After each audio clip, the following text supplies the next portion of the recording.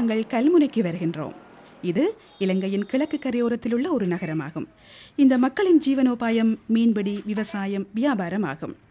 2004 டிசம்பரில் ஆசியாவில் ஏற்பட்ட சுனாமி அவர்களது நகரத்தையும் தாக்கியது. இது முதலாவதாகவும் மோசமாகவும் தாக்கப்பட்ட பகுதியாகும். பெருந்தொகையானோர் கொல்லப்பட்டனர், இன்னும் அதிகமானோர் வீடுகளை இழந்து வெளியேறினர். ஒரு பௌதிக தாக்கமே காரணம். அது உண்டாக்கப்பட்டிருந்த அனைத்தையுமே எடுத்துச் சென்று விட்டது. அந்த தாக்கம் பாரிய ஒன்றாக இருந்த காரணத்தால் தாவரங்கள் ஏதும் இல்லாமல் போயின. கரையோரத்தில் ஒரு தாவரமும் இல்லை.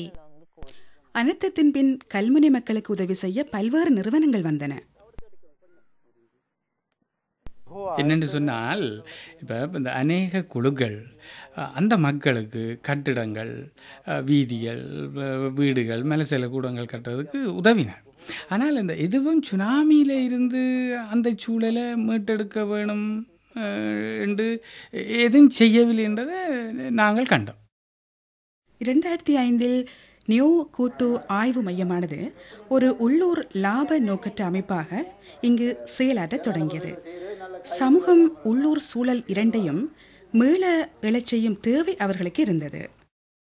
ஒரு பசுமைக்கோடாக மரங்கள் 1.5 கிலோமீட்டர் தூரத்திற்கு கடற்கரையோரமாக நிறையாக நாட்டப்பட்டுள்ளன.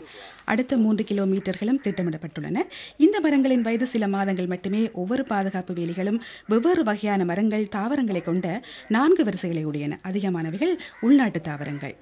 நியோ கூட்டு ஆய்வு மையத்தின் அங்கத்தவர்கள் உள்ளூர் பிள்ளையார் ஆலயத்தை சேர்ந்தவர்களுடனும் பாடசாலை சிறுவர்களுடனும் இந்த பசுமை கோட்டினை நாட்டுவதிலும் பராமரிப்பதிலும் சுமூகமாக இணைந்து செயல்படுகின்றனர்.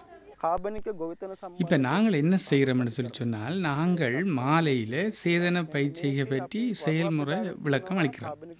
கிணத்தடியில் இப்போ மரஞ்செடி, கொடி, இப்படி பயிர்களை நடுதல், மற்றது இந்த கடற்கரை வனத்துக்கு தண்ணீர் விடுறது போன்ற இந்த மதிப்பீடுகளை நாங்கள் காலையில் மேற்கொண்டு வரோம். காலக்கிரமத்தில் உள்ளூர் மக்களே இந்த பசுமை கோட்டினை பராமரிப்பதே இந்த திட்டமாகும். கட்டாயம் இந்த திட்டவங்க இந்த கண்டுகளை மரத்தை நடத்த பிறகு அவங்க கொஞ்ச காலம் இருப்பாங்க தானே. இதை வளர்த்து தந்தது பிறகு நாங்கள் தான் அதை மேற்பார்வை செய்வதோடு அதை நாங்கள் அதுக்குரிய தண்ணியோ சரி, அதை பராமரிக்கிறதோ சரி நாங்கள் செய்யணும். செய்தால் தான் எங்களுடைய இங்கே இருக்கிற கிராமத்து மக்களுக்கும் சரி, இந்த நாட்டுக்கும் சரி இது தேவைப்படுகின்றது. இதற்கு சமாந்தரமாக இந்த சமூகம் 1000 வீட்டுத் தோட்டங்களை விருத்தியாக்குவதற்கு ஆதாரமாகின்றன.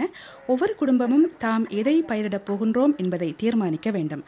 மரங்கள் அவர்களது உணவுக்காகவும் விறகு தேவைக்காகவும் வளர்கின்றன, அல்லது சுனாமியால் மாசுபடுத்தப்பட்ட கிணற்றின் நீரை உயிரியல் ரீதியாக வடிகட்டுகின்றன. இப்போ நாங்கள் என்ன சொல்ல வரோம்னு சொன்னால், இந்த பிரதேசத்தில் இருந்த பல தர கிணறுகள் சுனாமியால் சிதைக்கப்பட்டிருக்கின்றது. கடல் நீரால் கிணற்று நீர் மாசுபடுத்தப்பட்டிருக்கின்றது. அந்த கிணற்றை சுற்றி தாவரங்களை வளர்ப்பதன் மூலம் அந்த கிணற்று நீரின் தரத்தை உயர்த்துவதற்காக நாங்கள் ஒரு 1000 கிணறுகளை தெரிவு செய்து வருகின்றோம். இவையெல்லாம் சுனாமியின் பின்பான சூழலியல் பதில் ஈடுகளாகும், பொதுவான ஒழுங்கான செயல்முறையாகும்.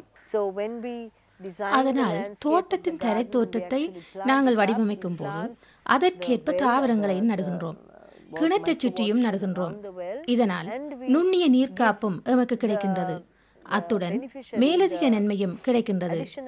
மரங்கள், மருந்து வகை, விறகு போன்ற வருமானத்தை உருவாக்குகின்றன.